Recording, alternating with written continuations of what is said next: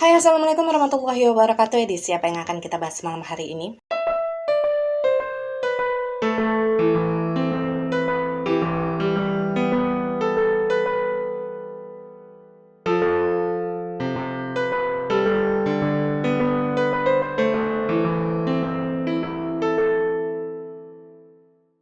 Ya, malam hari ini secara berturut-turut kita akan masuk lagi ke dalam edisi Dongeng Malam. Dan saya rasa kisah dari residual energi yang akan kita bahas malam hari ini merupakan salah satu kisah yang sudah ditunggu oleh kalian semua. Ini adalah kisahnya Lisa, dan kalau kalian sudah mengikuti cerita perjalanan dari Lisa ini, kalian pasti tahu bahwa beliau merupakan entitas yang berasal dari kisah rekam misteri yang judulnya adalah Dendam Masa Lalu. Dan khusus di dalam video ini kita akan membahas tentang bagaimana kehidupan beliau berlangsung dulu ketika beliau ini masih hidup. Jadi bagi kalian yang belum menonton kisah rekam misteri yang judulnya Dendam Masa Lalu, ada lebih baiknya kalian menonton terlebih dahulu supaya nantinya kalian bisa tahu dari mana sosok residual Lisa ini berasal. Sebagai informasi saja bahwasanya lain terakhir kehidupan Lisa ini sekitar tahun 40-an, dan beliau ini meninggal dalam usia yang masih relatif sangat muda, yaitu sekitar 20-25 tahunan. Dan seperti biasa sebelum memulai, disclaimer dulu bagi kalian yang mungkin baru pertama kali menonton channel YouTube ini, bahwasanya edisi Dongeng Malam merupakan edisi di mana kita akan sama-sama mendengarkan kisah dari para residual energi semasa mereka hidup dulu.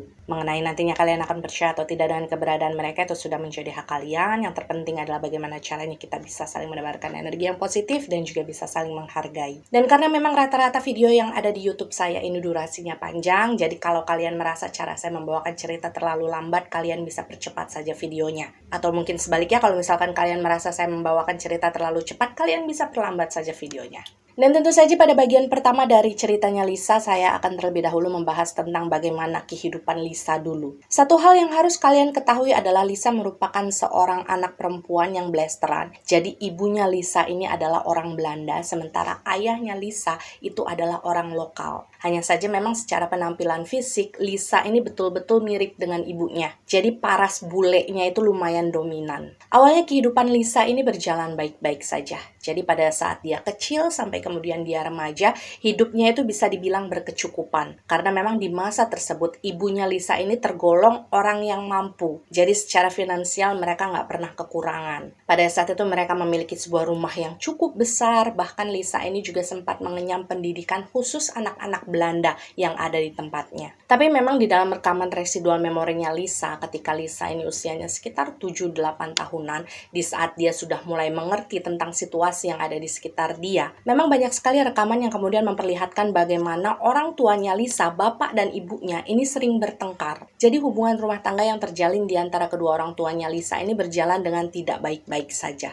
Dan kalau kita merangkum dari semua residual memori tersebut, bisa saya bilang memang pada saat itu sepertinya sosok bapaknya Lisa, kita sebut saja namanya adalah Arjo ya. Beliau ini merupakan sosok pria yang lumayan toksik di dalam keluarga mereka. Pada saat itu Arjo ini tidak memiliki pekerjaan yang pasti. Bisa dibilang dia ini menumpang hidup dengan istrinya, yang which is adalah ibunya Lisa. Cuma maksudnya di sini itu gini loh, kalau misalkan beliau ini nggak punya kerjaan, kemudian hidupnya bergantung dengan istri yang memang pada saat itu kondisi keuangannya mampu, mbok ya jangan macem-macem hidupnya gitu kan ya. Tapi ini yang terjadi adalah sebaliknya. Pada saat itu Arjo ini hobi sekali melakukan judi, minum-minuman keras, suka main perempuan juga, dan semua hal yang dilakukan oleh Arjo pada saat itu yang memang menggunakan uang dari ibunya Lisa. Dan permasalahan tersebutlah yang pada akhirnya membuat hubungan ibu dan bapaknya Lisa ini nggak pernah kelihatan tentram. Itulah mengapa pada akhirnya memang Lisa ini terlihat tidak terlalu akrab dengan bapaknya sendiri. Selain karena memang bapaknya ini kelihatan nggak peduli dengan keluarganya,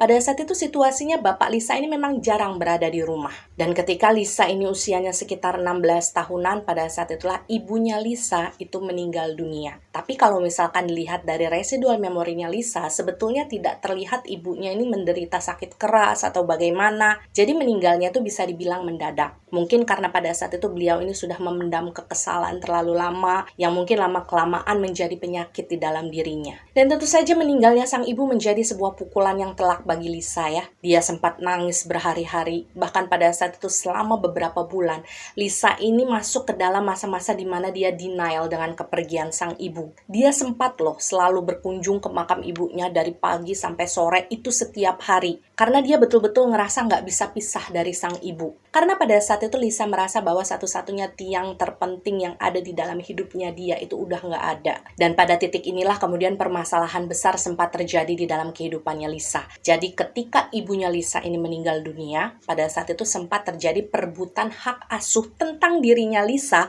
yang terjadi antara bapaknya Lisa dengan pihak keluarga dari almarhumah ibunya. Jadi memang pada saat itu ada pihak keluarga dari sang ibu yang berasal dari Belanda itu memang sengaja datang. Tadinya berniat ingin mengambil Lisa untuk mereka rawat. Karena mungkin pada saat itu posisinya mereka tahu kalau Arjo ini bukanlah orang yang terlalu baik. Tapi pada saat hal tersebut terjadi, Arjo yang awal mulanya nggak pernah peduli dengan keluarganya, tiba-tiba saja menolak keinginan dari pihak keluarga sang istri. Pada saat itu Arjo tetap bersikeras bahwa Lisa ini harus tetap berada di bawah tanggung jawab dia. Arjo ini harus tetap menjadi walinya Lisa sampai nanti Lisa ini sudah dewasa, sudah cukup umur. Dan perebutan hak asuh tersebut berjalan dengan alot. Mereka benar-benar tidak menemukan jalan keluar. Bahkan waktu itu Arjo sempat melarang pihak dari keluarga ibunya Lisa ini untuk datang menjenguk Lisa. Pada saat itu melalui residual memorinya Lisa ingat sekali bapaknya ini pernah bilang kepada keluarga sang ibu bahwa segala sesuatu yang ditinggalkan oleh almarhumah istrinya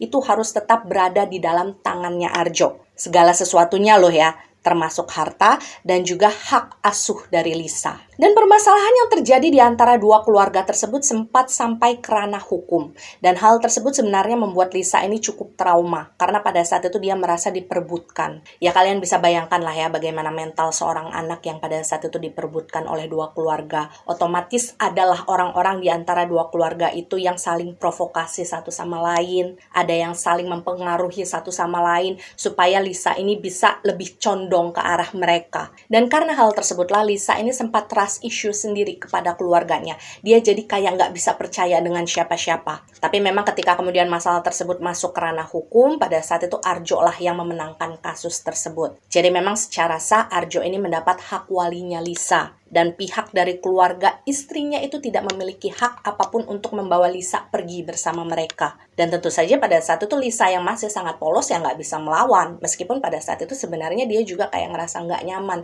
kalau harus tinggal bersama bapaknya saja. Dan Lisa bilang bahwa semenjak hal tersebut terjadi, dia sudah tidak pernah lagi melihat pihak keluarga dari ibunya itu datang untuk menjenguk dia. Jadi Lisa memang nggak pernah lagi ketemu dengan mereka. Dan kalian jangan lupa bahwa pada saat itu usia Lisa ini sudah 16, hampir 17 tahunan. Jadi secara pola pikir Lisa ini kurang lebihnya sudah bisa memahami bahwa sepertinya keinginan sang bapak untuk mempertahankan Lisa, orientasinya itu sebetulnya karena ingin memiliki harta yang ditinggalkan oleh ibunya Lisa saja. Karena memang pada saat itu ibunya Lisa ini meninggalkan harta yang cukup banyak untuk Lisa. Tapi karena pada saat itu usianya Lisa ini belum cukup umur, jadi kan dia nggak bisa megang harta tersebut kan. Yang bisa megang, yang bisa mengelola itu adalah orang yang memiliki hak asuhnya Lisa. Dan orang tersebut adalah Arjo. Lalu kenapa Lisa bisa berpikiran seperti itu? Karena Lisa menyaksikan sendiri bagaimana perbuatan sang bapak ketika ibunya sudah nggak ada, ketika Lisa ini hanya tinggal berdua dengan bapaknya di rumah tersebut. Bapaknya ini hampir nggak pernah punya waktu untuk ngurusin Lisa. Bahkan bapaknya ini jarang juga kok berada di rumah. Dan semisal pun bapaknya ini pulang ke rumah, bapaknya ini pasti akan pulang dalam kondisi mabuk-mabukan. Dan pada saat itu Lisa juga sama sekali nggak ngerasa dia sering dibeliin baju sama bapaknya. Dia juga nggak pernah makan makanan yang enak. Semuanya serba seadanya. Tapi nggak tahu kenapa pada saat itu harta yang ditinggalkan oleh sang ibu lama-kelamaan itu kayak habis begitu saja. Lisa bilang bahwa dia sempat melihat bagaimana bapaknya ini bolak-balik ke dalam kamar sang ibu untuk mengambil uang yang memang sering disimpan oleh almarhumah ibunya di dalam kayak semacam sebuah brankas gitu. Dan setiap kali sudah mengambil uang tersebut, biasanya Arjo ini akan pergi begitu saja, bahkan nggak pulang beberapa hari. Dan biasanya kalau bapaknya nggak pulang ke rumah, Lisa ini akan mengurusi hidupnya sendiri. Dia masak sendiri, dia nyuci baju sendiri, dia tidur sendiri. Tapi yang paling menyesakkan bagi Lisa pada saat itu adalah ketika pelan tapi pasti dia mulai melihat satu persatu barang-barang berharga yang ada di rumah mereka itu dijual oleh Arjo. Dan dijualnya itu untuk kebutuhannya Arjo loh ya, bukan untuk kehidupan mereka. Dan Lisa sendiri merasa takut untuk menegur sang bapak karena pernah sekali waktu Lisa melakukan hal tersebut. Lisa ini justru dipukuli oleh bapaknya karena dianggap ikut campur. Jadi semenjak saat itu Lisa cuma diem aja sambil memperhatikan apa yang terjadi di sekitarnya. Dia nggak bisa ngelawan, dia juga nggak punya orang lain untuk bisa dia jadikan tempat mengadu. Sampai kemudian ketika usianya Lisa ini sudah 17 tahun lebih, hampir 18 tahunan, pada saat itu di suatu hari, Lisa ini melihat ada beberapa orang yang wajahnya sangar, yang badannya besar, itu mendatangi rumah mereka. Dan pada saat itu mereka mencari keberadaannya Arjo. Dan pada saat itu Lisa sangat ketakutan. Dia sampai nggak berani keluar dari kamarnya. Jadi dia cuma ngintip aja gitu ya dari pintu. Ketika melihat orang-orang yang datang tersebut menagih hutang kepada bapaknya. Dan cara mereka menagih itu sangat kasar ya, sangat tegas. Dan waktu itu Lisa cuma bisa melihat bagaimana bapaknya itu kayak memohon-mohon, kayak minta maaf gitu ya. Mungkin supaya diberikan tenggat waktu lagi supaya Arjo ini bisa membayar hutang dia nanti. Tapi sayangnya beberapa bulan kemudian, rumah yang pada saat itu ditempati oleh Lisa dan juga bapaknya, yang merupakan kepemilikan dari almarhumah sang ibu, itu justru harus dijual oleh Arjo untuk menutupi semua hutangnya. Jadi mungkin kalau zaman sekarang bahasanya itu kayak disita lah. Lisa tentu merasa sedih ya. Dia menangis terus-menerus ketika dia dipaksa untuk keluar dari rumah tersebut. Karena memang rumah itu menyimpan banyak sekali kenangan yang indah menurut Lisa tentang ibunya. Tapi pada saat itu Lisa sama sekali nggak berani untuk komplain kepada sang bapak. Karena Lisa merasa semenjak kejadian tersebut, semenjak mereka ini keluar dari rumah mereka, bapaknya ini cenderung berubah menjadi sosok yang lebih emosional daripada biasanya. Jadi sedikit-sedikit ngebentak, sedikit-sedikit main tangan. Dan pada saat itu Arjo sempat membawa Lisa ini untuk ngontrak di sebuah rumah yang sangat kecil, yang sangat sederhana, yang pada saat itu hanya memiliki satu kamar saja. Jadi kalian bayangkan pada saat itu Lisa ini harus tidur di ruang tengah, di atas kayak kursi panjang yang terbuat dari kayu gitu. Sementara sang bapak lah yang menempati satu-satunya kamar yang ada di rumah tersebut. Dan yang perlu digarisbawahi di sini adalah ketika mereka sudah pindah di rumah yang jauh lebih sederhana. Pada saat itu Lisa sama sekali nggak kepikiran kalau bapaknya ini masih melanjutkan hobinya yang sama, yaitu main judi.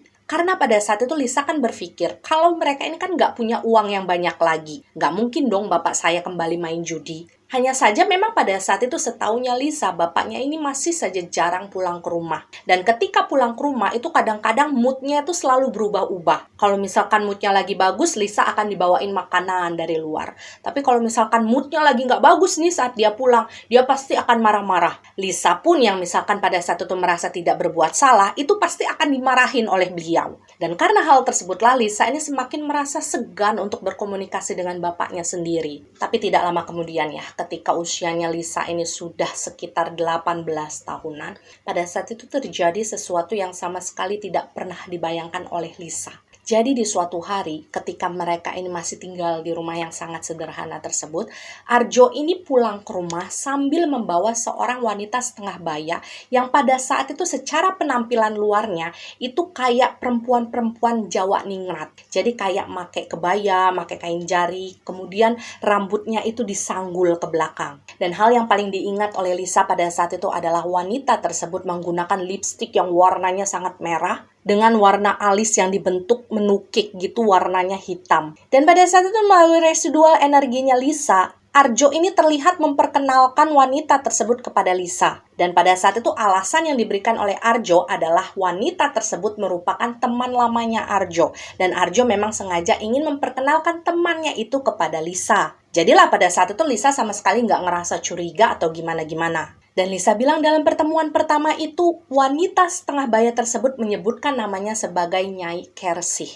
Lalu apa hubungan Nyai Kersih dengan Lisa dalam proses kehidupan Lisa selanjutnya? Nah, disinilah saya akan mulai fokus membahas apa yang kemudian terjadi di antara Lisa dan juga Nyai Kersih. Jadi pada saat itu, ketika Arjo ini membawa Kersih datang ke rumahnya, memperkenalkan dia dengan sosok Lisa, ternyata tujuan Arjo pada saat itu memang betul-betul tidak manusiawi. Karena pada saat itu Arjo memang berniat untuk menjual putri kandungnya sendiri semata wayang itu kepada Kersih untuk dijadikan seorang wanita tunasusila. Jadi Lisa bercerita dari informasi yang kemudian dia ketahui ya setelah waktu berjalan ketika dia sudah kenal dengan Nyi Kersih selanjutnya. Nyi Kersih ini adalah seorang wanita kaya yang tinggal di kota, tapi kayanya itu memang dari hasil dia menjual wanita-wanita. Di kota, Nyi Kersih ini memiliki kayak semacam rumah bordil, tempat di mana dia kemudian mengumpulkan perempuan-perempuan yang dia dapatkan dari desa-desa yang cantik-cantik gitulah ya. Kemudian dia bawa ke sana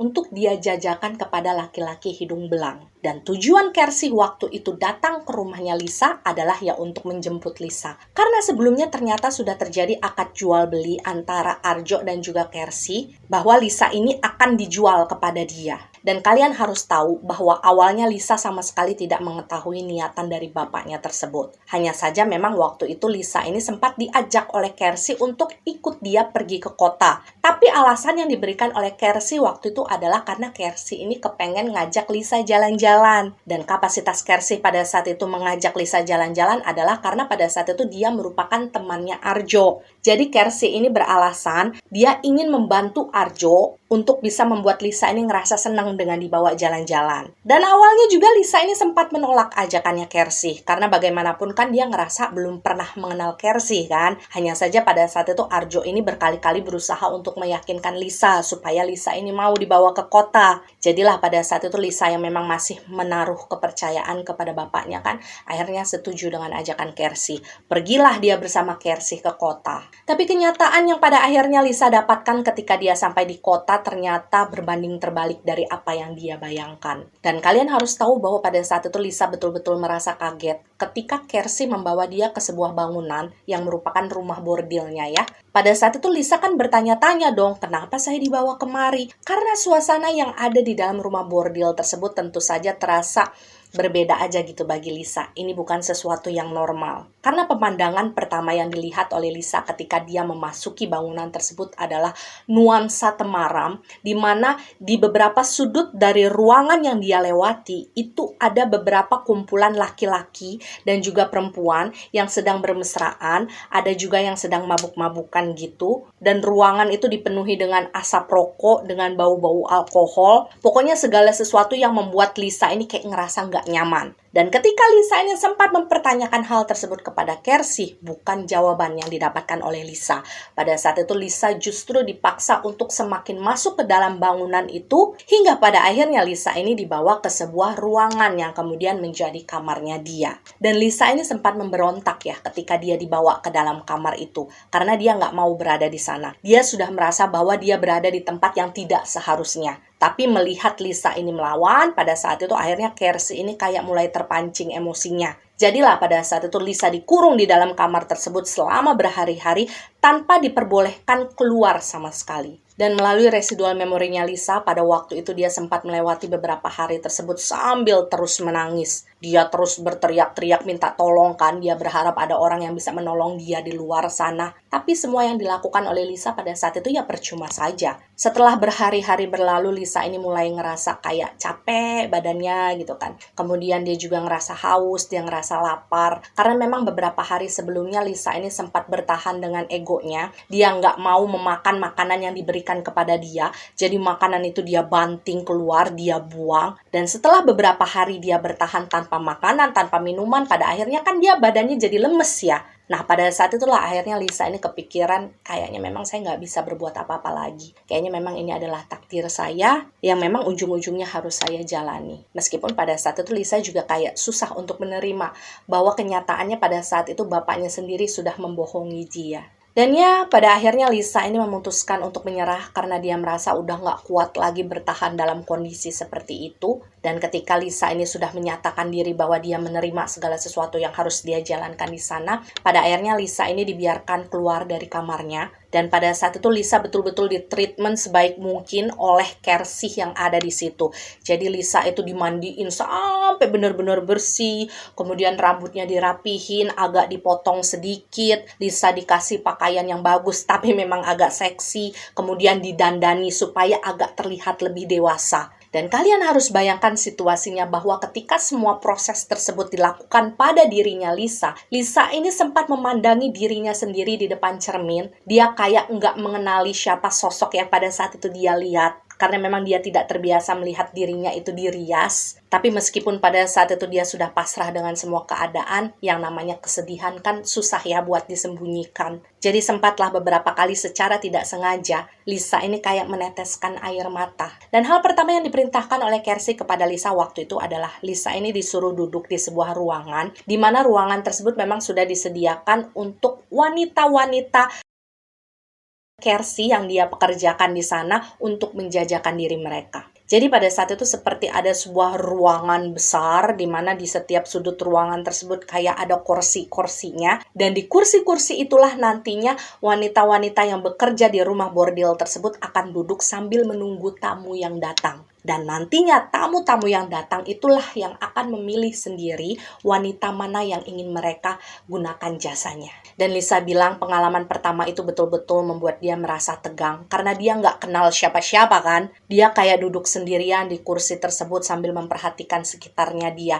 Sementara perempuan-perempuan muda yang lain yang ada di sana itu kelihatan kayak yang ngobrol dengan sesamanya mereka. Dan pada saat itu akhirnya Lisa melihat sendiri bagaimana satu persatu wanita yang semula duduk di sekitarnya dia kemudian pergi dari ruangan tersebut bersama laki-laki yang memang sudah memilih mereka. Jadi biasanya nanti mereka ini akan pergi ke area tempat di mana kamar-kamar itu berjejer.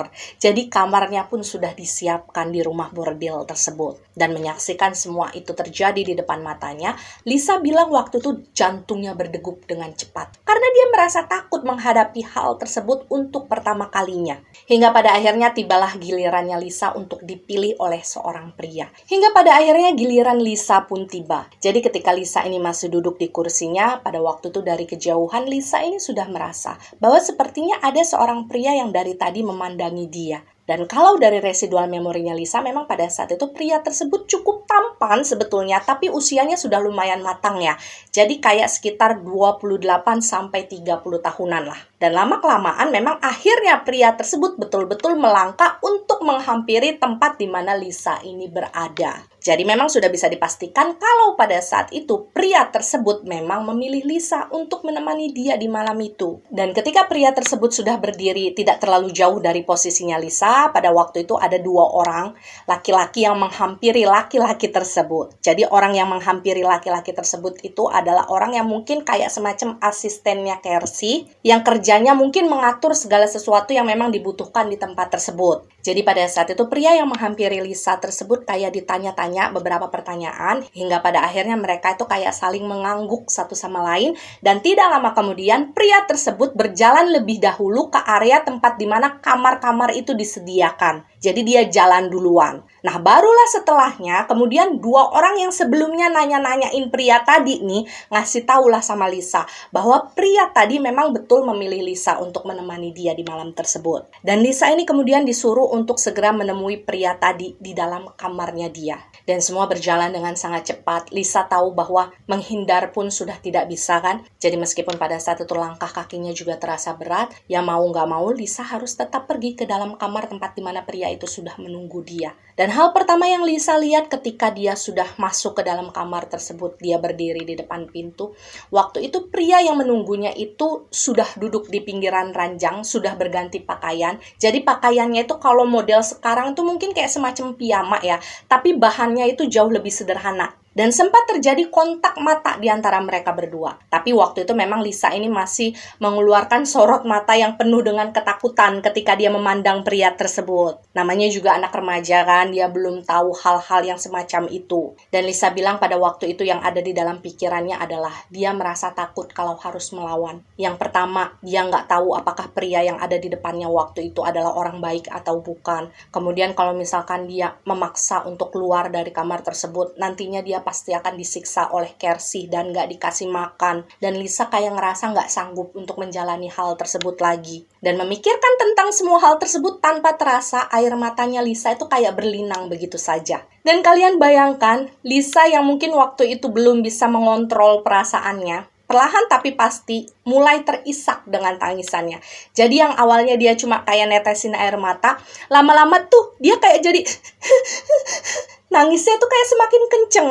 Jadi pada saat itu Lisa ini seperti nggak ingat kalau di depan dia waktu itu tuh ada tamu. Dan kalian tahu ketika Lisa ini sedang terisak dalam tangisannya, pria tersebut kemudian terlihat berjalan menghampiri Lisa. Tapi bukan untuk melakukan sesuatu ya. Justru yang dilakukan oleh pria tersebut adalah dia menggandeng tangannya Lisa, kemudian menyuruh Lisa untuk duduk di pinggiran kasur. Dan setelah Lisa duduk di pinggiran kasur tersebut, dia meninggalkan Lisa. Dia membiarkan Lisa untuk melanjutkan tangisnya. Sementara pria tersebut justru melipir ke sudut kamar, kemudian dia kayak semacam nuangin minuman gitu di dalam sebuah gelas, dan dia duduk di kursi yang ada di dekat situ. Jadi dia duduk, dia menikmati waktunya sendirian, dan membiarkan Lisa ini menghabiskan waktunya juga, supaya dia bisa merasa lebih tenang. Dan belum sempat terjadi komunikasi apapun nih di antara mereka berdua. Dan sekitar setengah jam kemudian, pada saat itu Lisa bilang bahwa dia menyadari kalau saat itu dia harus segera menyelesaikan tugasnya. Karena dia ini merasa takut kalau misalkan nanti Kersi marahin dia, semisal dia tidak bisa melayani tamu dengan baik. Jadi pada saat itu Lisa ini memutuskan untuk berdiri, dan dia menunggu waktu yang tepat kapan nih kira-kira dia bisa mengajak pria tadi untuk bicara. Karena dari posisi dia pada saat itu berada, Lisa ini masih melihat pria tadi itu kayak menghisap cerutuknya. Jadi Lisa ini kayak takut mengganggu. Hanya saja memang pada saat itu Lisa tidak bisa memungkiri kalau dia ini kayak ngerasa gugup karena dia nggak tahu harus mulainya dari mana gitu. Dan akhirnya setelah menunggu beberapa menit kemudian, dia masih melihat sosok pria tadi kayak asyik menghisap cerutuknya sambil membaca sesuatu di atas kertas tumpukan yang dia bawa. Pada akhirnya waktu itu Lisa memutuskan untuk ya sudahlah, dia berjalan menghampiri pria tersebut. Dan dengan suaranya yang agak gemeteran, kalian bayangkan pada waktu itu Lisa ini sempat meminta maaf kepada pria tadi. Dia minta maaf karena sudah membuang waktu pria tersebut karena tadi dia kan sempat menangis. Lisa juga bilang kalau misalkan pada saat itu dia sudah mulai bisa merasa tenang dan dia bisa menjalankan tugasnya. Hanya saja pada saat itu Lisa juga sempat minta maaf kepada pria tersebut dan bilang secara jujur bahwa dia nggak tahu mulainya ini harus dengan cara apa, karena itu merupakan pengalaman pertama kalinya bagi dia. Dan saat mendengar Lisa ini mengungkapkan kegugupannya di depan pria tersebut itu sempat kayak tertawa kecil. Dan saya ingin kalian bayangkan bahwa sosok pria tersebut mungkin kalau secara fisik dibilang tampan banget sih enggak, tapi beliau ini kayak memiliki semacam karisma gitu loh, kayak memiliki aura yang kalau misalkan dilihat oleh orang itu bisa membuat orang itu kayak ngerasa tertarik, kayak ngerasa terpesona. Jadi bukan hanya sekedar tampan di mata, tapi ketika kita ngerasain energinya juga kayak kita ngerasa segan. Dan setelah tertawa kecil, pria tersebut kemudian menyodorkan segelas minuman yang sebelumnya sempat dia minum juga. Dan dia menyuruh Lisa untuk meminum minuman tersebut, supaya Lisa ini bisa hilanglah rasa groginya. Dan kalian tahu nggak setelahnya pria tersebut bilang apa kepada Lisa? Jadi kurang lebihnya pria itu menjelaskan kepada Lisa bahwa semenjak pertama kali dia melihat Lisa berada di ruangan tadi, pria tersebut kayak emang udah klik gitu, kayak suka gitu sama Lisa. Dan sejak awal pria tersebut itu kayak sudah melihat bahwa sepertinya Lisa ini gugup. Dan pria tersebut bisa menebak bahwa sepertinya itu adalah pengalaman pertama bagi Lisa untuk berada di tempat itu. Jadi pria itu kayak punya feeling kalau misalkan Lisa berada di sana itu bukan karena kemauannya dia. Itulah mengapa pada akhirnya pria tersebut bilang kepada Lisa bahwa dia sedang tidak terburu-buru untuk meniduri Lisa. Mungkin kalau dalam bahasa anak sekarang kayak take your time. Jadi ya, kalian harus tahu bahwa semalaman itu akhirnya Lisa dan pria tersebut hanya menghabiskan waktu mereka untuk mengobrol satu sama lain. Jadi mereka sama sekali tidak melakukan hal apapun. Dan kalian juga harus tahu bahwa Lisa bilang pada akhirnya dia seperti menemukan lagi rasa nyaman ketika dia menceritakan tentang diri dia kepada orang lain. Karena semenjak dulu ibunya meninggal dunia kan, Lisa ini nggak punya saudara, nggak punya teman, bapak juga jarang mendengarkan ucapannya dia. Jadi Lisa ini kayak ngerasa sendirian. Dan barulah di malam hari tersebut ketika dia ngobrol dengan pria tadi, dia ini baru kembali merasakan gimana sih rasanya didengarkan oleh orang. Dan di dalam pembicaraan tersebut bisa dibilang nano-nano lah rasanya bagi Lisa. Kadang dia tertawa, kadang dia menangis menceritakan tentang kehidupannya. Dan memang dalam pembicaraan mereka malam hari itu, pria tersebut kemudian memperkenalkan dirinya. Tapi untuk menjaga privasi dari sebuah keluarga yang memang sebelumnya sudah mengirimkan cerita, rekam misteri ya, yang berhubungan dengan keberadaannya Lisa ini, jadi kita rahasiakan nama asli dari pria tersebut, dan kita sebut saja nama beliau di dalam cerita ini sebagai Rinto. Dan pada saat itu ketika pagi menjelang, pada akhirnya Rinto ini bilang kepada Lisa bahwa sepertinya itu sudah waktunya dia untuk pergi. Dan Rinto ini merasa senang mendapatkan kesempatan untuk bisa bicara banyak dengan Lisa. Tapi sebelum pergi, pada saat itu Rinto ini sudah berjanji kepada Lisa bahwa dalam waktu dekat dia pasti akan datang lagi ke tempat itu untuk membooking Lisa. Dan Rinto juga menjelaskan bahwa misalkan nanti sewaktu-waktu dia kembali membooking Lisa, itu bukan karena niatan yang berhubungan dengan hawa nafsunya, tapi karena lebih dia ingin menghabiskan waktu lagi bersama Lisa untuk ngobrol lebih banyak. Karena Rinto sendiri mengaku dia merasa nyaman ketika dia ngobrol sama Lisa. Dan Lisa bilang pada saat Rinto kemudian pergi dari dalam kamar tersebut, Lisa ini baru menyadari bahwa semalaman tadi, rasa takut yang sebelumnya dia rasakan ketika dia bertemu dengan pria asing, itu kayak hilang begitu saja. Tapi ketika kemudian Rinto ini sudah tidak ada di dekatnya, pada saat itu ketakutannya seperti datang lagi. Jadi pada saat itu Lisa itu kayak bertanya-tanya di dalam hatinya, apakah besok saya harus bertemu dengan pria yang lain lagi selain Rinto? Dan di pagi itu setelah Lisa dianggap sudah selesai melakukan tugasnya, akhirnya Lisa ini kembalilah ke dalam kamarnya dia. Jadi kalian harus bayangkan bahwa di bagian belakang dari rumah bordil tersebut seperti ada bangunan yang banyak kamarnya, di mana di dalam kamar-kamar tersebutlah para wanita-wanita yang bekerja di rumah bordil tadi itu istirahat ketika jam kerja mereka selesai. Karena memang biasanya dari pagi sampai menjelang sore, wanita-wanita yang ada di sana itu dibiarkan istirahat. Dan nanti ketika sudah sore sampai dini hari, wanita-wanita tersebut akan bekerja sesuai dengan porsinya masing-masing. Dan menjelang sore ketika Lisa ini sudah bersiap-siap untuk kembali melakukan pekerjaannya kan, pada waktu itu dia baru saja mandi, membersihkan diri. Tiba-tiba saja waktu itu asistennya Kersey ini memanggil Lisa. Jadi kurang lebihnya Lisa ini kayak disuruh menemui Kersey lah. Karena memang pada saat itu rumah kediamannya Kersey ini letaknya nggak jauh dari rumah bordilnya. Jadi kayak cuma berjalan beberapa langkah doang, melewati halaman belakang, sampai deh di rumahnya Kersey. Dan kalian tahu nggak, ketika kemudian Lisa ini datang ke rumahnya Kersey, bertemu dengan Kersey, Kersey ini menyambut Lisa dengan sangat baik. Jadi Lisa itu kayak ditepuk-tepuk pundaknya oleh Kersey, kayak seolah-olah Kersey ini benar-benar bangga kepada Lisa. Dan pada saat itu Kersey juga sempat mengucapkan selamat kepada Lisa karena sudah dianggap berhasil untuk melakukan tugas pertamanya. Dan pada saat itulah Kersey ini bilang kepada Lisa bahwa pria yang dilayani oleh Lisa semalam, yang which is adalah Rinto, dia ini memberikan pujian yang luar biasa terhadap dirinya Lisa melalui Kersey. Jadi pada saat itu Rinto ini kayak seolah-olah mengaku bahwa Lisa ini sudah melakukan tugas dia dengan baik. Dan karena hal tersebutlah akhirnya Rinto ini mengutarakan niatnya kepada Kersey untuk membooking Lisa selama 1 bulan penuh. Dan hal tersebut dilakukan tentu saja dengan bayaran yang tidak sedikit. Jadi selama nanti Lisa ini di-booking oleh Rinto, Lisa ini nggak boleh ketemu dengan laki-laki lain. Dia nggak boleh melayani laki-laki lain kecuali dengan Rinto. Dan karena memang pada saat itu bayarannya cukup besar, akhirnya Kersey menyetujui hal tersebut. Dan disampaikanlah niatannya Rinto tersebut kepada Lisa. Dan mendengarkan ceritanya Kersey, pada saat itu melalui residual memorinya Lisa ya, dia tuh kayak sempet diem. Dia kayak ngerasa agak bingung. Karena setahunya dia, di malam hari sebelumnya, dia sama Rinto kan nggak ngapa-ngapain. Mereka justru cuma ngobrol doang sampai pagi. Lalu kenapa pada saat itu Rinto justru mengaku hal yang lain kepada Kersey? Tapi di dalam dirinya Lisa itu kayak ada rasa leganya juga.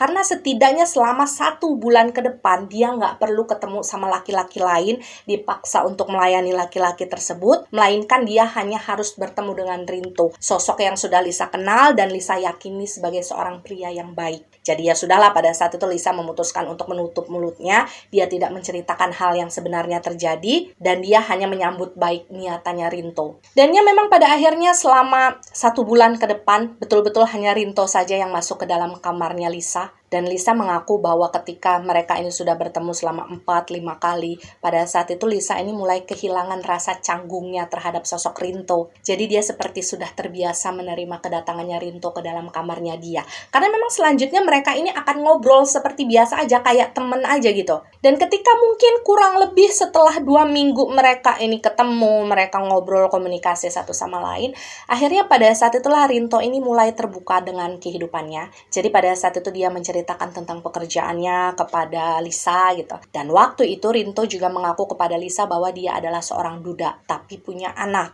Rinto ini tinggal di kota bersama anaknya dan juga bersama ibunya yang memang sehari-hari membantu Rinto untuk mengurus anak dia. Karena memang Rinto ini kan sibuk bekerja. Dan mendekati waktu 1 bulan, pada saat itulah Lisa ini seperti merasa ada sesuatu yang berbeda dari hatinya ketika dia menerima kedatangan Rinto di dalam kamar. Jadi saya ingin kalian membayangkan bagaimana suasana hati seorang perempuan yang mulai merasa excited, yang mulai ngerasa kayak perutnya geli-geli gimana gitu ketika dia tahu ada seorang pria yang pengen datang nemuin dia. Lisa ini mulai mempersiapkan dirinya secara lebih ketika dia tahu bahwa sebentar lagi Rinto akan datang. Dia berdandan dengan jauh lebih cantik, dia memakai baju yang jauh lebih ekstra, dan pada saat itu mulai muncul keinginan di dalam hatinya Lisa supaya Rinto ini kayak bisa tertarik sama dia. Bahkan ketika Lisa dan Rinto ini menghabiskan waktu mereka yang cukup lama untuk sekedar ngobrol di dalam kamar tersebut, cara pandang yang diberikan oleh Lisa kepada Rinto itu udah agak berbeda loh guys. Gimana ya saya jelasinnya?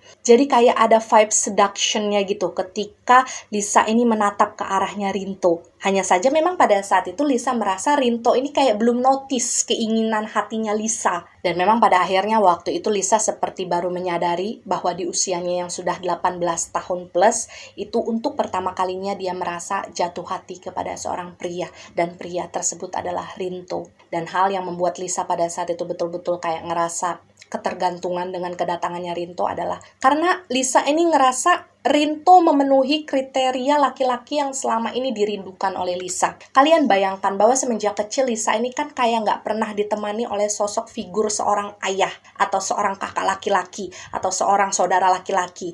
Dia nggak pernah ngerasa dilindungi, dia nggak pernah ngerasa didengarkan. Jadi ketika kemudian dia bertemu dengan sosok Rinto yang dia nilai bisa memenuhi semua kriteria tersebut, pada akhirnya Lisa ini kayak ngerasa jatuh hati kepada dia. Dan dalam masa mendekati 1 bulan tersebutlah pada akhirnya di suatu hari ketika mereka ini sedang mengobrol di dalam kamar, Lisa yang merasa penasaran pada akhirnya memberanikan diri untuk bertanya nih kepada Rinto, apa yang menjadi alasan Rinto membooking Lisa selama 1 bulan penuh. Tapi di dalam masa 1 bulan tersebut, Rinto sama sekali tidak pernah meminta Lisa untuk melayani dia. Dan pada saat itulah Rinto kemudian memberikan sebuah penjelasan yang menurut saya semakin membuat Lisa itu kayak ngerasa klepek-klepek sama Rinto. Kurang lebihnya pada saat itu Rinto ini memuji kecantikannya Lisa. Karena hal tersebutlah yang memang pada akhirnya membuat Rinto ini kayak ngerasa tertarik kan ketika dia pertama kali melihat sosok Lisa berada di rumah bordil tersebut. Tapi di balik kecantikannya Lisa pada saat itu Rinto ini kayak tahu kalau sebenarnya Lisa itu ngerasa ketakutan di sana. Dan nggak tahu kenapa pada waktu itu Rinto ini bilang dia kayak pengen menyelamatkan Lisa aja dari rasa ketakutan tersebut. Karena Rinto ini bisa membayangkan gimana sih rasa takutnya seorang remaja yang nggak pernah aneh-aneh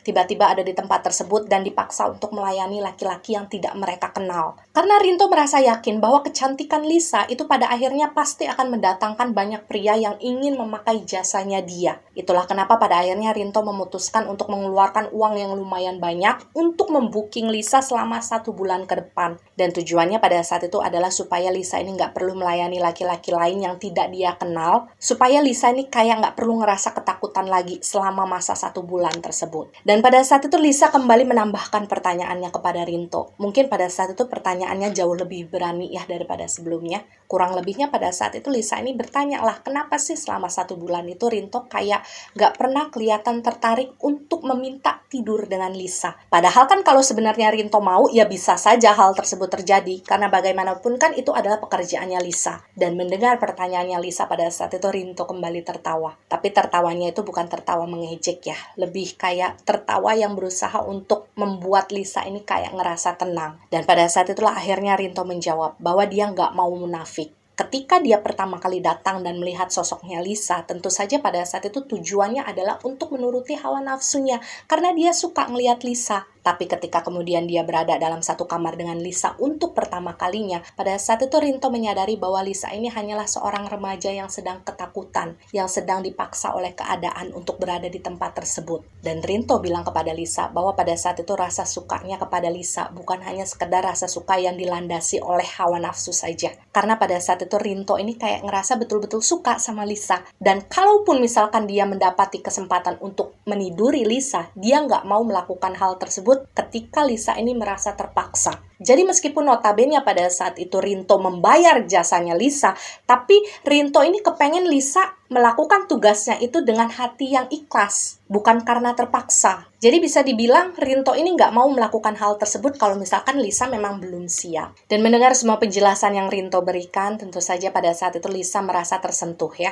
Pada saat itu juga Lisa ini kayak meyakini dirinya sendiri bahwa sepertinya pada saat itu dia ingin menghabiskan waktunya dengan Rinto saja. Jadi meskipun dia hanya baru mengenal Rinto selama 1 bulan, belum terlalu mengenal lebih dalam, belum mengetahui bagaimana asal-usulnya, tapi pada saat itu Lisa seperti percaya bahwa Rinto ini adalah laki-laki yang baik untuk dia. Rinto ini adalah pria yang selama ini dia butuhkan di dalam kehidupannya. Dan pada saat itu Lisa ini memang mengutarakan terlebih dahulu tentang keinginan yang ada di dalam hatinya kepada Rinto. Dan memang pada saat itu Rinto menyambut baik keinginannya Lisa tersebut. Dan bisa dibilang memang semenjak malam itulah akhirnya Rinto dan Lisa ini memutuskan untuk memiliki hubungan asmara di antara mereka berdua. Jadi hubungan yang ada di antara mereka pada saat itu bukan hanya sekedar sang pembeli jasa dengan sang pemberi jasa. Karena mungkin pada saat itu Rinto tahu bahwa keinginan terbesarnya Lisa adalah keluar dari tempat tersebut. Pada akhirnya beberapa hari kemudian setelah mereka berdua ini sudah resmi pacaran lah gitu ya. Nah waktu itu Rinto ini datang lagi untuk menemui Kersi. Dan pada saat itulah Rinto mengutarakan niatnya kepada Kersi bahwa dia ingin membayarkan sejumlah uang dengan syarat nantinya Lisa ini bisa dibiarkan pergi dari rumah bordel tersebut. Karena Rinto sendiri bilang kepada Kersi kalau dia ingin bersama dengan Lisa. Dia ingin membawa Lisa pergi bersama dia. Dan mungkin karena memang pada saat itu jumlah uang yang ditawarkan oleh Rinto kepada Kersi cukup banyak, pada akhirnya waktu itu Kersi membiarkan Lisa untuk keluar dari rumah bordelnya. Dan hal tersebut terjadi tanpa ada drama apapun. Dan dari sini saja kita semua yang mendengarkan ceritanya sudah pasti bisa menebak bahwa pada saat itu Rinto bukanlah orang yang sembarangan. Setidaknya dari sisi finansial dia ya. Karena kalian harus tahu, pada saat itu dia sudah mengeluarkan uang yang cukup banyak untuk bisa membawa Lisa keluar dari sana. Dan setelah keluar dari rumah bordel tersebut, pada akhirnya waktu itu Lisa dibawa oleh Rinto ke kota yang lain. Dan di kota tersebut Lisa ini disuruh tinggal di sebuah rumah yang diakui Rinto sebagai rumah persinggahannya. Jadi memang situasinya pada saat itu Rinto ini kayak punya beberapa rumah lah di kota-kota yang berbeda. Dan rumah yang pada saat itu ditempati oleh Lisa memang ukurannya cukup besar ya. Pada saat itu Rinto juga bercerita kepada Lisa, dia belum bisa membawa Lisa ini untuk pergi ke kota tempat di mana rumah utamanya Rinto itu berada. Alasannya karena di rumah tersebut ada anaknya Rinto dan juga ada ibunya Rinto. Dan Rinto ini merasa bahwa belum waktunya lah kalau misalkan nanti anaknya ini tahu Rinto ini sudah memiliki seorang kekasih. Nanti aja kalau misalkan hubungan kita sudah mengarah ke lebih yang serius, baru nanti kamu saya perkenalkan dengan anak saya. Kurang lebihnya seperti itu. Dan Lisa bilang pada saat itu dia bisa mengerti dengan semua penjelasan yang diberikan oleh Rinto. Dia sudah cukup merasa bahagia karena dia sudah merasa diperhatikan oleh Rinto. Apalagi pada saat itu menurut Lisa dia sudah diberikan sebuah tempat tinggal yang sangat nyaman dan juga sangat indah. Dan selama tinggal di rumah tersebut, Lisa mengaku bahwa Rinto ini sering sekali kok mengunjungi dia. Dan ketika Rinto ini datang ke rumah tersebut, mereka sering sekali menghabiskan waktu bersama-sama. Mereka jalan-jalan, mereka melakukan petualangan-petualangan yang pada akhirnya membuat Lisa ini betul-betul merasa dekat dengan Rinto. Dan pada saat itu hubungan yang terjalin di antara mereka berdua itu kurang lebih sekitar 3 tahunan ya. Dan kalian harus bayangkan pada waktu itu memang situasinya Rinto ini kan sering sekali datang berkunjung ke rumahnya Lisa. Dan ketika berkunjung pun Rinto ini kan sering nginep di sana. Dan hal tersebutlah yang pada akhirnya lama-kelamaan menjadi perhatian dari tetangga yang ada di sekitar rumah tersebut. Karena pada saat itu mereka juga kan tahu kalau misalkan Lisa dan Rinto ini kan belum menikah. Jadi mereka ini kayak mulai ngerasa risih dengan hubungan yang ada di antara Rinto dan juga Lisa. Dan pada saat itu mulai muncullah pertanyaan-pertanyaan yang diajukan oleh para tetangganya kepada Lisa.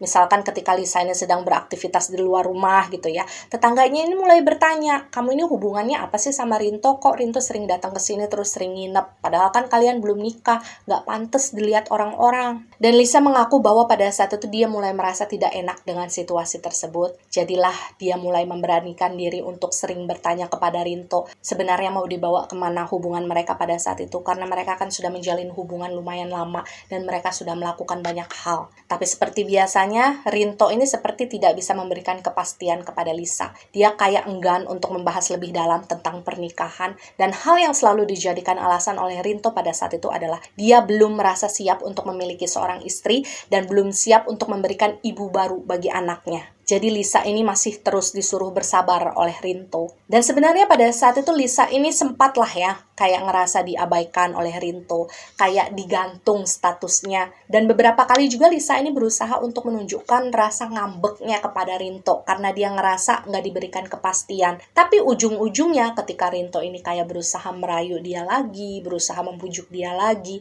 ya Lisa ini pasti akan luluh juga. Jadi memang Lisa ini posisinya juga terlalu mencintai Rinto pada saat itu. Jadilah pada saat itu mereka tetap menjalani hubungan mereka dengan caranya mereka dan memutuskan untuk tidak peduli dengan omongan-omongan tetangga yang ada di sekitar mereka yang sebelumnya sudah sering menegur.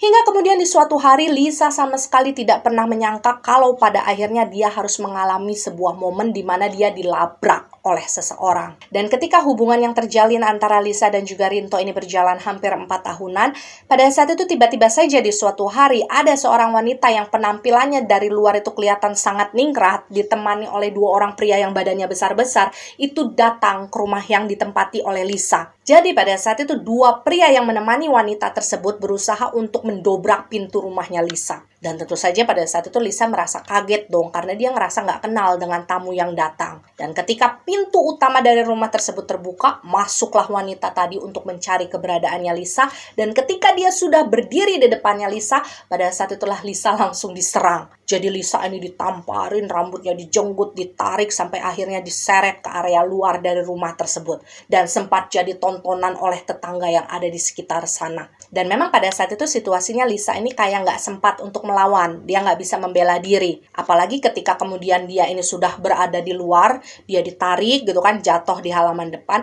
Pada saat itulah akhirnya perempuan itu kayak memberikan penjelasan singkat dengan suaranya yang lantang. Bahwasanya pada saat itu dia datang ke rumah tersebut dengan status sebagai istrinya Rinto. Dan dia marah kepada Lisa karena Lisa ini dia anggap sebagai perebut suami orang. Wanita itu juga bilang bahwa Lisa adalah perempuan yang jahat karena Lisa ini sudah berani merebut seorang ayah dari bapaknya, seorang suami dari istrinya. Dan mendengar semua hal tersebut tentu saja pada saat itu yang bisa dilakukan oleh Lisa cuma diem. Karena dia sendiri ngerasa shock. Dia sama sekali nggak tahu kalau misalkan Rinto ini masih punya istri. Karena dari awal Rinto ini kan bilang kepada Lisa kalau dia adalah duda.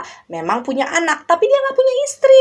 Hal lain yang bisa dilakukan oleh Lisa pada saat itu tentu saja menangis karena dia juga nggak tahu harus berbuat apa, sementara wanita tadi terus berusaha untuk menyerang dia secara fisik. Tapi untungnya pada saat itu ada beberapa tetangga yang semula nontonin kejadian tersebut pada akhirnya memutuskan untuk mengevakuasi Lisa. Jadi Lisa itu kayak berusaha mereka selamatkan, dipisahkan dari wanita tadi yang masih marah-marah kepada Lisa kan, dan akhirnya Lisa ini dibawa ke salah satu rumah tetangga yang ada di sana. Bahkan pada saat itu Lisa sampai meminta izin untuk menginap di rumah tetangganya tersebut selama beberapa hari karena dia ngerasa takut dan trauma untuk balik ke rumah yang sebelumnya dia tempati. Dan Lisa mengaku bahwa pada saat itu dia juga merasa kesal kepada Rinto karena dia ngerasa sudah dibohongi oleh Rinto setelah sekian lama mereka menjalin hubungan. Dan setelah beberapa hari berlalu, pada akhirnya Rinto datang untuk menemui Lisa di kota tersebut. Dan kalian harus bayangkan, pada saat itu Rinto sampai harus datang ke rumah tetangga, tempat di mana Lisa ini menginap selama beberapa hari, karena memang ketika dia pergi ke rumah yang ditempati oleh Lisa, Lisanya kan nggak ada di sana. Dan untuk menghindari pertengkaran yang nantinya terjadi di rumah tetangga, pada akhirnya waktu itu Lisa ini mengajak Rinto untuk balik ke rumahnya mereka. Jadi ibaratnya mereka mau berantem, mereka mau teriak-teriakan, ya silahkan kita lakukan di rumah kita sendiri, jangan di rumah orang. Dan tentu saja ketika mereka sudah sampai di rumah mereka, pada saat itu Lisa melampiaskan semua emosinya kepada Rinto. Untuk pertama kalinya selama dalam hubungan mereka, Lisa ini berani untuk menaikkan nada suaranya ketika bicara kepada Rinto. Dia menuntut penjelasan Rinto, kenapa selama ini kamu bohongin saya? Saya kemarin diperlakukan dengan kasar oleh istri kamu. Saya malu di depan orang-orang yang memperhatikan saya. Pokoknya pada saat itu Lisa terlihat betul-betul emosional. Dan sebetulnya di awal, Rinto ini terlihat masih bisa sabar menghadapi sikapnya Lisa yang marah-marah. Dia berusaha untuk menenangkan Lisa, berusaha untuk megangin Lisa supaya Lisa ini nggak memukul-mukulin Rinto. Tapi mungkin karena lama-kelamaan Lisa ini semakin liar melampiaskan rasa marahnya gitu kan. Pada akhirnya waktu itu Rinto ini kayak terpancing juga emosinya. Dan untuk pertama kalinya juga pada saat itu Rinto ini memukul Lisa dengan tangannya sendiri. Jadi pada saat itu dia sempat menampar wajahnya Lisa 2 kali supaya Lisa ini berhenti untuk berteriak. Dan bisa dibilang momen tersebut adalah momen pertama kalinya Lisa ini melihat bagaimana Rinto ini bersikap kasar kepada dia. Dan Lisa lumayan kaget. Tapi yang paling membuat Lisa merasa kaget pada saat itu adalah ketika Rinto ini mengucapkan sesuatu yang menurut Lisa cukup membuat dia merasa sakit hati. Kurang lebihnya waktu itu Rinto ini bilang bahwa dia sudah menghabiskan banyak uang untuk bisa membuat Lisa ini ada di sisi dia. Jadi Rinto berharap Lisa ini nggak macem-macem, nggak usah berbuat hal-hal konyol, hanya karena Lisa ini tahu bahwa pada akhirnya Rinto ini memang masih memiliki istri. Tapi memang pada saat itu Rinto sama sekali tidak memperlihatkan rasa bersalahnya kepada Lisa ya, meskipun pada saat itu dia sudah berbohong kepada Lisa selama bertahun-tahun. Dan setelah kejadian tersebut Lisa bilang bahwa dia nggak pernah mau untuk merusak rumah tangga seseorang. Meskipun situasinya pada saat itu dia kayak ngerasa cinta banget sama Rinto gitu ya. Dia sudah ketergantungan dengan keberadaannya Rinto, tapi dia nggak mau membuat Rinto ini kayak pisah dari keluarganya. Karena Lisa tahu itu adalah sesuatu yang tidak benar. Apalagi selama ini Rinto sudah berbohong kepada dia. Hingga pada akhirnya Lisa ini memutuskan untuk kabur dari rumah yang selama ini dia tempati. Dia pergi ke kota lain yang sebenarnya jaraknya cukup jauh dari kota tempat di mana sebelumnya dia tinggal. Dan pada saat itu Lisa berharap besar bahwa dia bisa lepas dari bayang-bayangnya Rinto dan bisa menjalani kehidupannya yang selanjutnya dengan jauh lebih tenang. Dan tentu saja karena memang pada saat itu posisinya Lisa ini belum memiliki banyak tabungan, dia juga belum memiliki pekerjaan. Pada akhirnya di kota baru tersebut Lisa ini terpaksa mengontrak sebuah rumah. Rumahnya tidak besar, rumahnya sangat sederhana. Tapi di rumah tersebutlah pada akhirnya Lisa ini seperti bisa menemukan kembali rasa tenangnya, rasa nyamannya untuk tinggal lepas jauh dari sosoknya Rinto. Dan memang tidak lama setelah Lisa tinggal di kota tersebut, dia ini mendapatkan sebuah pekerjaan. Jadi pekerjaannya itu kayak semacam pelayan di rumah makan gitulah ya. Dan dari penghasilan yang dia dapatkan, pada saat itu akhirnya Lisa ini bisa mengontrak sebuah rumah yang lebih besar. Tetap di kota yang sama ya, tapi daerahnya memang berbeda. Setidaknya rumah itu kayak lebih layak lah ya untuk ditinggali oleh seseorang. Dan Lisa merasa senang dengan pencapaian tersebut. Dia merasa bersyukur. Dan pada saat itu Lisa sudah betul-betul yakin kalau sebetulnya dia sudah bisa lepas dari sosoknya Rinto. Karena memang setelah hampir setengah tahun perjalanan dia kabur, Rinto ini sama sekali nggak pernah muncul. Dan setelah setengah tahun berlalu tersebut, pada akhirnya Lisa ini kembali berkenalan dengan seorang pria yang Lisa anggap baik. Mereka menjalin hubungan asmara dan beberapa bulan kemudian Lisa dan pria tersebut memutuskan untuk membawa hubungan mereka ke arah yang lebih serius. Jadi mereka memang sudah merencanakan sebuah pernikahan. Tapi tidak lama berselang, pada saat itu tiba-tiba saja pemilik dari rumah yang dikontrak oleh Lisa itu meminta Lisa untuk segera pergi dari rumah tersebut. Alasannya, karena rumah itu ternyata sudah dibeli oleh seseorang yang berasal dari kota berbeda dan nanti dalam beberapa hari ke depan orang tersebut akan datang ke rumah itu untuk menempati rumah tersebut.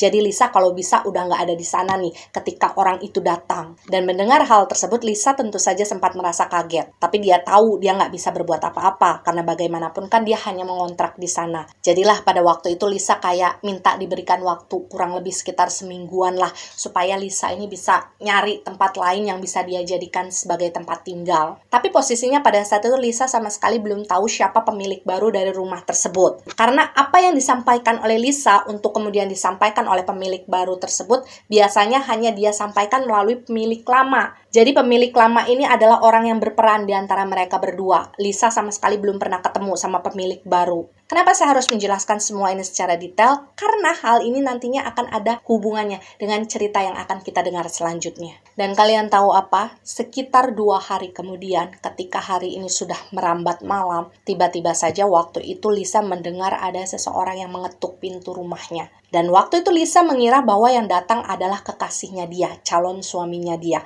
Jadilah pada saat itu dengan terburu-buru Lisa ini keluar dari kamar untuk membukakan pintu. Tapi ketika pintu tersebut terbuka, Lisa ini nyaris pingsan. Ketika sosok yang dia lihat berdiri di depan pintu yang dia buka tadi ternyata bukanlah calon suaminya, melainkan Rinto. Ya, Pada malam itu Rinto lah yang datang ke rumah tersebut untuk menemui Lisa. Dan kalian harus bayangkan ketika Rinto berdiri di depan pintu menatap Lisa, matanya penuh dengan kemarahan, wajahnya dingin. Dan hal tersebut betul-betul membuat Lisa ini kayak ngerasa merinding dari ujung kaki sampai ujung kepala. Karena pada saat itu akhirnya Lisa ini menyadari kalau Rinto ini bisa menemukan tempat persembunyian barunya Lisa kan. Dan Lisa ini sama sekali tidak bisa menebak apa yang bisa dilakukan oleh Rinto selanjutnya. Ketika melihat Rinto datang, pada saat itu Lisa memang agak telat untuk menutup pintu tersebut karena dia terlalu shock. Dan hal tersebutlah yang dimanfaatkan oleh Rinto. Dia langsung merangsek masuk melalui pintu tersebut kan. Dan setelah berada di bagian dalam dari rumah itu, dia langsung mengunci pintu tersebut. Dan sebenarnya pada saat itu Lisa merasa kaget. Dia kayak bertanya-tanya, kenapa kok Rinto punya kunci dari rumah itu?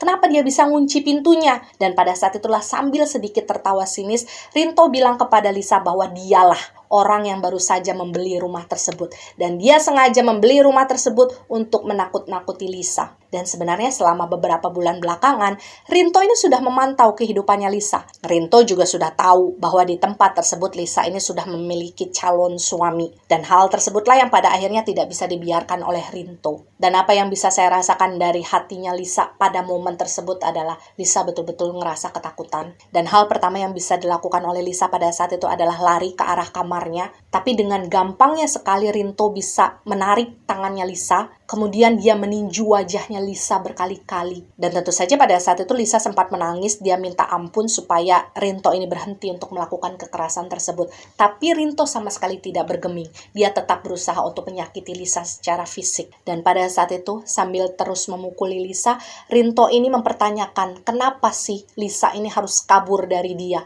Ibaratnya pada saat itu Rinto ini bertanya kepada Lisa, kenapa kamu kabur dari saya? Padahal saya adalah orang yang udah nolongin kamu. Saya yang sudah mengeluarkan kamu dari rumah bordil itu. Saya yang sudah merubah nasib kehidupan kamu. Dan pada saat itu Lisa masih terus berusaha untuk melawan meskipun dia dipukul berkali-kali oleh Rinto. Dan pada saat itulah dengan suaranya yang lantang, Lisa ini berusaha untuk memperingatkan Rinto bahwa dia adalah calon istri dari laki-laki lain. Dan Rinto ini nggak berhak untuk menyakiti dia. Lisa juga sudah tidak mau berhubungan lagi dengan Rinto. Dan ucapan Lisa tersebutlah yang pada akhirnya semakin memantik kemarahannya Rinto. Pada saat itu kedua matanya Rinto itu kayak kelihatan melotot. Kemudian kedua sisi rahangnya itu seperti mengeras. Jadi dia kayak mengunci. Dan pada saat itulah kedua tangannya itu kayak mencengkram badannya Lisa itu dengan sangat kuat. Dan dengan suaranya yang sangat dingin, pada saat itu Rinto bilang kepada Lisa bahwa tidak ada laki-laki lain yang bisa memiliki Lisa selain dia. Dan kalau dia tidak bisa memiliki Lisa, maka laki-laki lain juga nggak akan bisa memiliki Lisa. Dan dalam pertengkaran mereka yang hebat tersebut, Rinto sebenarnya sempat bilang kepada Lisa bahwa sebetulnya selama beberapa bulan belakangan ketika Rinto ini memantau kehidupannya Lisa, Rinto ini masih sangat berharap bahwa ada satu titik di mana Lisa ini kayak merasa dia kepengen balik lagi sama Rinto. Dan semisal hal tersebut terjadi, Rinto ini bakal menerima Lisa dengan baik kok. Tapi sayangnya memang apa yang diharapkan oleh Rinto pada saat itu ternyata tidak menjadi kenyataan. Lisa justru memilih untuk betul-betul menjalani hubungannya yang serius dengan pria yang lain. Dan hal tersebutlah yang membuat Rinto ini kayak benar-benar merasa marah. Dan ketika Lisa ini secara terus-menerus menyebutkan tentang sosok calon suami yang dia punya pada saat itu, mungkin pada saat itulah akhirnya Rinto ini kayak kehilangan kontrol di dalam dirinya. Hingga pada akhirnya terjadilah kejadian tragis tersebut. Dan bagi kalian yang sudah menonton kisah rekam misteri yang judulnya Dendam Masa Lalu, secara garis besarnya kalian pasti bisa mengetahui apa yang kemudian terjadi. Tapi di video ini saya hanya khusus akan menceritakan tentang apa yang terjadi melalui point of view-nya Lisa. Karena kita akan menceritakan apa yang terjadi melalui residual memorinya dia. Apa yang dia rasakan, apa yang dia saksikan. Dengan membabi buta pada saat itu Rinto semakin menyiksa Lisa. Jadi kayak udah gak ada ampun lagi gitu ya buat Lisa. Lisa ini rambutnya ditarik dengan sangat kencang dari arah kamar menuju ke ruangan tengah. Dan pada saat itu Lisa sempat teriak-teriakan, minta ampun, minta tolong. Tapi waktu itu Rinto sama sekali sudah tidak mengeluarkan sepatah kata apapun dari mulutnya dia. Dengan wajah dinginnya dan juga ekspresi datar, pada akhirnya waktu itu Rinto memutuskan untuk membenturkan wajahnya Lisa berkali-kali dengan sangat keras di salah satu bagian dinding yang ada di ruangan tersebut. Jadi memang fokusnya sebetulnya pada saat itu tidak hanya di bagian kening saja, tapi ke semua bagian wajah wajahnya Lisa. Itulah kenapa di saat-saat terakhirnya Lisa kan terlihat struktur tulang wajahnya itu kayak udah nggak kebentuk lagi. Karena memang pada saat itu secara sengaja Rinto ini membenturkan beberapa bagian wajahnya Lisa ke arah dinding tersebut. Hanya saja memang yang paling dominan dibenturkan itu adalah bagian kening. Sampai pada saat itu keningnya Lisa ini terasa udah remuk. Dan kalian tahu apa? Ada sebuah kalimat yang kemudian diucapkan oleh Rinto ketika dia terus-menerus membenturkan wajahnya Lisa ke dinding tersebut. Kurang lebihnya waktu itu Rinto bilang, "Kita lihat laki-laki mana lagi yang mau sama kamu ketika melihat wajah kamu sudah hancur seperti ini, Lis." Dan Lisa bisa mendengarkan kalimat tersebut dengan jelas. Meskipun pada saat itu dia sudah kehilangan kemampuannya untuk membalas ucapan tersebut. Karena memang secara rasa itu udah gak karuan. Karena pada saat itu Lisa sama sekali udah gak bisa merasakan keberadaan wajahnya sendiri. Hingga pada akhirnya waktu itu Lisa bisa merasakan bagaimana cengkraman tangannya Rinto yang sebelumnya memegangi rambut dia dengan sangat kencang untuk dibentur-benturkan. Itu pada akhirnya terlepas. Dan ketika cengkraman tersebut terlepas, karena waktu itu Lisa juga sudah kehilangan tenaga, pada akhirnya Lisa ini badannya terjatuhlah di atas lantai dengan posisi yang agak meringkuk. Dan Lisa bilang pada saat itu dia juga ngerasa kaget karena dia nggak langsung meninggal. Karena dia betul-betul sudah mati rasa, dia udah nggak bisa ngerasain badan dia lagi. Dan hal yang bisa dia rasakan pada saat itu di area wajahnya adalah basah. Basah karena darah. Tapi dengan sisa-sisa nafas yang masih tersengal-sengal pada saat itu, Lisa ini masih berusaha untuk meminta ampun. Dia meminta maaf supaya Rinto ini bisa melepaskan dia. Meskipun pada saat itu Lisa tahu bahwa untuk sejenak Rinto ini kayak keluar sebentar dari rumah tersebut dan meninggalkan Lisa sendirian di sana. Dan awalnya Lisa mengira setelah Rinto ini keluar, Rinto nggak akan balik lagi. Dan Lisa ini sudah ditinggalkan begitu saja dalam posisi seperti itu. Tapi ternyata dugaan Lisa salah. Meskipun pada saat itu kondisinya dia memang sudah bisa dibilang sekarat ya, tapi dia bisa merasakan dengan jelas ketika kedua kakinya itu kemudian diseret dengan sangat kasar, dan pada saat itu dengan pandangannya yang sudah blur, Lisa sempat melihat bahwa sosok yang menyeret kakinya waktu itu adalah Rinto. Jadi Rinto ini kembali ke dalam rumah tersebut, dan Lisa sama sekali tidak tahu bahwa hal gila lainnya ternyata sudah dilakukan oleh Rinto ya di luar sana. Jadi di bagian teras rumah yang ditempati oleh Lisa waktu itu kan ada sebuah pekarangan. Pekarangan yang sama sekali belum dicor oleh semen, jadi masih kayak tanah gundukan gitu. Dan ternyata di tanah tersebutlah Rinto sudah menyiapkan sebuah lubang yang cukup dalam, yang kemudian dijadikan tempat oleh Rinto untuk menguburkan Lisa secara hidup-hidup di dalamnya. Jadi pada saat itu Lisa merasa bagaimana kakinya diseret sampai kemudian dia masuk ke dalam lubang tersebut. Dan posisi ketika Lisa masuk ke dalam lubang tersebut memang agak tertelungkup. Jadi dia kayak nggak bisa menyaksikan apa yang kemudian dilakukan oleh Rinto di atas sana. Dan Lisa ini juga sudah kehilangan tenaga untuk sekedar membalikkan badannya saja. Dan satu-satunya hal yang bisa dirasakan Lisa pada saat itu adalah tumpukan tanah yang perlahan jatuh di atas punggungnya yang lama-kelamaan kerasa berat, hingga pada akhirnya waktu itu Lisa sadar bahwa dia sedang dikubur hidup-hidup di dalam lubang tersebut. Dan Lisa ini udah gak bisa bersuara, dia udah gak bisa ngeluarin suaranya lagi. Dia cuma sekedar berbisik dengan sangat lirih, "Tolong. Tapi dia tahu kalau misalkan pada saat itu suaranya nggak mungkin bisa didengar oleh orang-orang di sekitar. Karena memang jarak rumah tersebut dengan rumah-rumah yang lainnya itu lumayan berjauhan. Dan memang pada akhirnya dalam waktu yang tidak terlalu lama berselang, Lisa merasakan sesak yang luar biasa ya karena dia nggak bisa bernafas. Pada akhirnya rekaman residual memori beliau ini berhenti merekam, dan Lisa ini akhirnya meninggal dunia dalam keadaan lemas di dalam lubang tersebut. Dan satu hal yang harus kalian ketahui, meskipun pada saat itu situasinya Lisa memang sudah sekarat, sudah tidak berdaya, tapi kenyataannya memang tidak bisa dipungkiri bahwa Lisa meninggal dunia karena dia telah dikubur hidup-hidup oleh Rinto. Dan saya rasa apa yang dilakukan oleh Rinto itu adalah sesuatu yang amat jahat. Dia bukan seorang manusia, dia adalah seorang monster yang termakan oleh hawa nafsunya sendiri. Dan ya demikianlah keseluruhan dari kisah residual energi bernama Lisa, dan pembelajaran penting yang bisa kita ambil dari kisahnya Lisa. Mungkin agak sedikit kontroversial ya bagi kalian yang mungkin akan memiliki pendapat berbeda atau bagaimana. Tapi saya selalu menyarankan kepada